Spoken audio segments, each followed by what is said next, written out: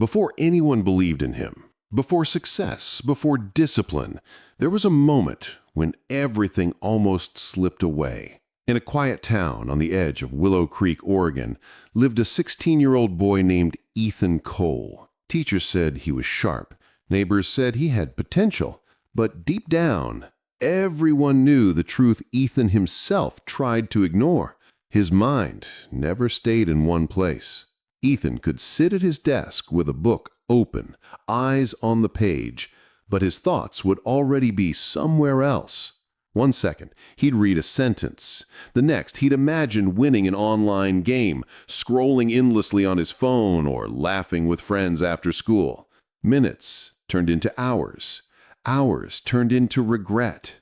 Assignments were half finished. Promises to himself were broken daily. Just 10 minutes of focus, he'd tell himself. But 10 minutes never came. His father, Mr. Cole, watched this pattern quietly for months. One evening, as rain tapped against the windows and Ethan flipped his phone for the 100th time, his father finally spoke. "Ethan," he said calmly, "raw talent without control is useless." Ethan didn't respond. His father continued, voice steady but firm. "Your mind is powerful, but right now you're letting it run wild. A wild mind doesn't take you where you want to go. It takes you wherever distraction pulls it."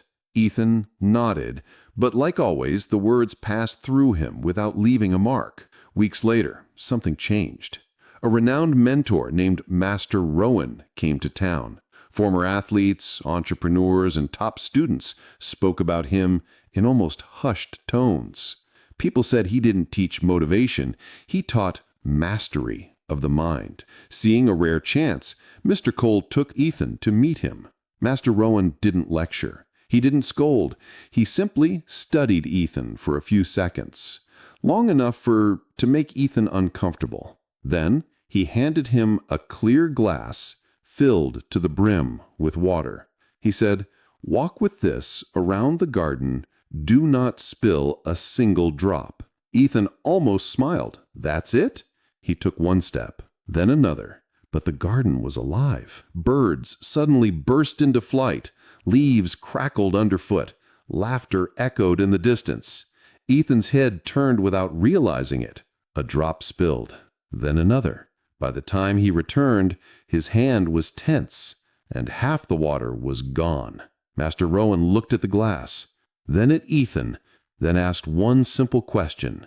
"Where was your attention?" For the first time in his life, Ethan didn't have an excuse. He swallowed hard. "Everywhere, except where it needed to be." Master Rowan nodded slowly. "That," he said, "is the exact reason most people never reach their potential. They don't fail because they aren't smart enough. They fail because they never learn to control their focus." Ethan felt something tighten in his chest. This wasn't a joke. This wasn't random. This was about him. And though he didn't say it out loud, Ethan realized something unsettling. If he didn't change the way he used his mind, his future would keep spilling away, just like the water in that glass.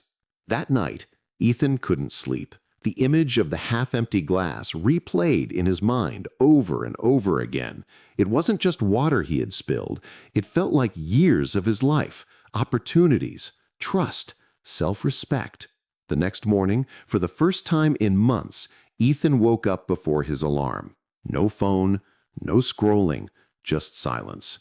He sat on the edge of his bed, confused by the stillness. His mind immediately tried to escape, check messages, open a game, do anything. But then he remembered Master Rowan's eyes. Calm, unmoved, certain. Ethan stood up and whispered to himself, "Just today, I'll try." At school, the struggle hit hard. His phone vibrated. Friends laughed loudly in the hallway. His brain begged for distraction like an addiction. His hands literally shook as he placed his phone face down inside his backpack. 30 minutes into studying, his thoughts drifted. He caught himself, pulled them back. Then they drifted again, pulled them back again. It felt exhausting, like wrestling an invisible enemy that knew his every weakness. That evening, Ethan returned to Master Rowan. "I failed," Ethan admitted. "My mind keeps running away." Master Rowan smiled. Not disappointed, not impressed. "Good," he said. Ethan blinked. "Good?" "Yes," the mentor replied softly. "For the first time, you noticed your mind leaving. Most people never even realize it's gone." He asked Ethan to sit. "Close your eyes," Master Rowan instructed. "Focus on your breath. That's it. Nothing else." 10 seconds passed. Ethan's mind wandered. He opened his eyes in frustration. "It's impossible." Master Rowan shook his head. "No. Losing focus is normal. Returning to focus is power." Those words stayed with Ethan. Days turned into discipline. Discipline turned into a habit. Every morning, Ethan woke up at the same time. 5 minutes of stillness. No shortcuts. Some days his mind felt like a storm, loud, chaotic, uncontrollable. Other days, it felt calm enough to breathe. Slowly, something changed. His grades stopped falling. His memory sharpened. His confidence returned, quietly, without noise. One afternoon, a notice was posted on the school board. National Academic Challenge. Open registration. Top students only. Limited time. Extreme pressure. Ethan stared at the poster. Old Ethan would have laughed and walked away, but now his heart raced. This wasn't about winning. It was about finding out. Had he finally learned to hold the glass steady? He took out his phone, hesitated, then powered it off. "I'm in," he whispered. And for the first time, fear didn't control him. It focused him. Competition day came faster than Ethan expected. The massive conference hall in Seattle, Washington, buzzed with tension. Rows of students sat under bright white lights, shoulders stiff, fingers tapping nervously on desks. Some whispered formulas. Others closed their eyes in panic. Ethan sat still, not confident, not fearless, just steady. The moment the question papers landed on the desks, chaos erupted around him. Pages flipped violently. Pens scratched in desperation. A student 2 seats away muttered, "I can't do this." Ethan's heart jumped. For a split second, the old habit returned. Look around, feel the pressure, lose control. Then a voice echoed in his mind. "The glass is your goal." He lowered his eyes to the paper. One question, one breath, one moment. The first problem was brutal. Complex logic, tight time limit. Students beside him were already skipping ahead. His chest tightened. Ethan stopped. He breathed in slowly, then out. The noise around him blurred, like someone turned the volume knob down on the world. The clock ticked. His pen moved, slowly at first, then faster. Question after question, he stayed locked in. Minutes passed, then hours. Halfway through, panic spread across the room. A student slammed his desk. Another raised his hand asking for help that wouldn't come. Sweat rolled down foreheads. Time was slipping away. Ethan noticed everything, and yet nothing distracted him. The final question appeared. Only 5 minutes left. His mind tried to rush him, tried to shout. He felt the pressure spike and did the one thing that saved him. He paused, focused, and finished. When time was called, Ethan placed his pen down gently. No celebration, no anxiety, just silence. Days later, students gathered in the hall as the results were announced. Names echoed through the microphone. 3rd place, 2nd place, then the room froze. 1st place, Ethan Cole. For a moment, Ethan didn't move. Then everything hit him at once. Applause, shocked whispers, disbelief. His father stood at the back of the hall, eyes shining. Master Rowan, seated quietly near the exit, simply nodded. No smile, no applause. Ethan understood why. This victory wasn't about luck. It wasn't about being the smartest. It was about mastering the noise inside his head. And in that moment, Ethan realized something that changed his life forever. A disciplined mind doesn't scream. It whispers, and still wins. The news traveled fast. By the time Ethan returned to Willow Creek, people looked at him differently. Teachers spoke his name with pride. Younger students followed him with curious eyes, wondering how an ordinary boy had done something extraordinary. But the biggest change wasn't outside. It was inside Ethan himself. The trophies sat quietly on his shelf, collecting dust.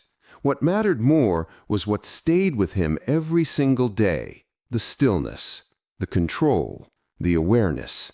Late one evening, Ethan sat alone on the porch, cool wind brushing past him. His father joined him, handing over the same calm look he'd worn years ago. "You look different," his father said. Ethan nodded slowly. "I didn't win the competition because I got smarter," he replied. "I won because I stopped wasting my attention." There was silence between them, not awkward, but full. The next week, Master Rowan called Ethan for a final walkthrough in the garden, the same garden where water once slipped from his trembling hand. This time, Rowan handed him another glass, filled to the top. Ethan didn't smile. He didn't rush. He walked. Birds chirped. Leaves rustled. Voices echoed. But the water didn't move. When he returned, the glass was still full. Master Rowan finally smiled. "This is not the end," he said. "Discipline is not something you achieve once. It's something you practice forever." Ethan understood. Life didn't slow down after success. Challenges grew bigger, expectations heavier, distractions smarter. But now he recognized them. He didn't fight the world. He trained his mind. Years later, Ethan would speak to students across the country, not as a champion, but as someone who had once lost control completely. He told them the truth. You don't need more motivation. You need direction. You don't need more time. You need focus. And every time he finished speaking, he remembered the glass. Because success, he knew now, isn't built in loud moments. It's built in quiet, disciplined choices made every single day, even when no one is watching. Years from now, people wouldn't remember every award Ethan Cole won. They would remember the story of a boy who once couldn't sit still for 10 minutes and became a man who could hold his focus when the world demanded everything at once. Ethan learned a truth most people discover too late. Your mind is either your greatest weapon or your most dangerous enemy. Nothing magical changed his life. No shortcut, no secret formula. Just small, disciplined choices repeated daily. Waking up on time, controlling distractions, staying present, finishing what he started. That is how quiet strength is built. If this story sparked even a small fire inside you, don't ignore it. The world is loud. Distractions are endless. Chances aren't. Like this video, share it with someone who needs direction, and subscribe for more stories that train the mind and strengthen the soul. Because the moment you decide to discipline your focus, that's the moment your next chapter begins. Start today.